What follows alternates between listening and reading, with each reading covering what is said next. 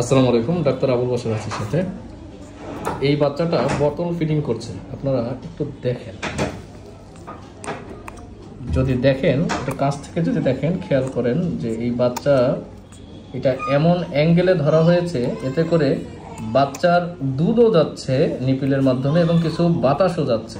ঠিক আছে, আমরা অনেক সময় বাচ্চাদের মাদেরকে বলতে শুনি যে বাচ্চার পেটে অনেক গ্যাস হচ্ছে, বাচ্চা কান্নাকাটি করতেছে, ঠিক মতো মনে হয় হজম হচ্ছে না।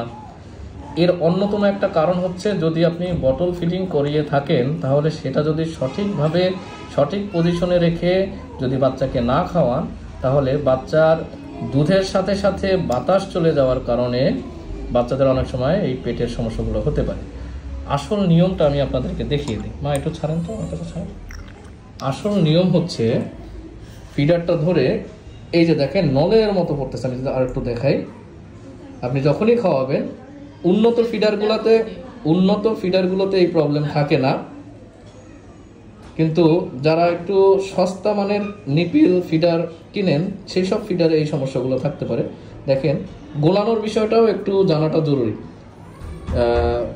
30 ml, এখানে 30-এর দাগ নেই, 30 ml পানিতে 1 চামচ দুধ, এই নিয়মে গোলানো উচিত। কোনো অবস্থাতেই এই ইকুয়েশনটা ব্রেক করা উচিত না। হ্যাঁ, দুধ পাতলা বা ঘন করা যাবে না, যেটা ফর্মুলেশন সেইটাই করতে হবে। আর আপনি বানানোর পরে সাথে সাথে এই বাচ্চাকে যে ধরে বাচ্চাকে এইভাবে খাওয়াই দিলাম, এইভাবে করবেন না। আপনারা কি করবেন, প্রথমে ফিডারটা ধরে এইভাবে ফালাই নেবেন। দেখেন কতটা পড়তেছে, নলের মতো পড়তেছে। এইটুকুই বাচ্চার শ্বাসনালীতে গিয়ে জমবে, এবং এইটার কারণে বাচ্চার পরবর্তীতে নিউমোনিয়া পর্যন্ত হতে পারে। এই যে দেখেন, ফোঁটাটা বন্ধ হয়ে গেছে।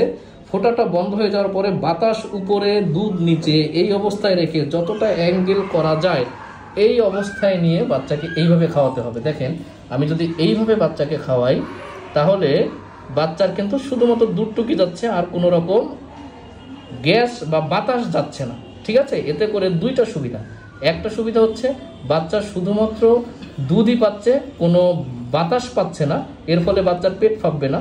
আর দ্বিতীয় সুবিধা হচ্ছে, এই যে প্রথম দিকে যে এই যে নলের মতো যেটা পড়তেছে, এইটা বাচ্চার শ্বাসনালীতে গিয়ে বাচ্চার পরবর্তীতে অ্যাসপিরেশন নিউমোনিয়া তৈরি করবে না।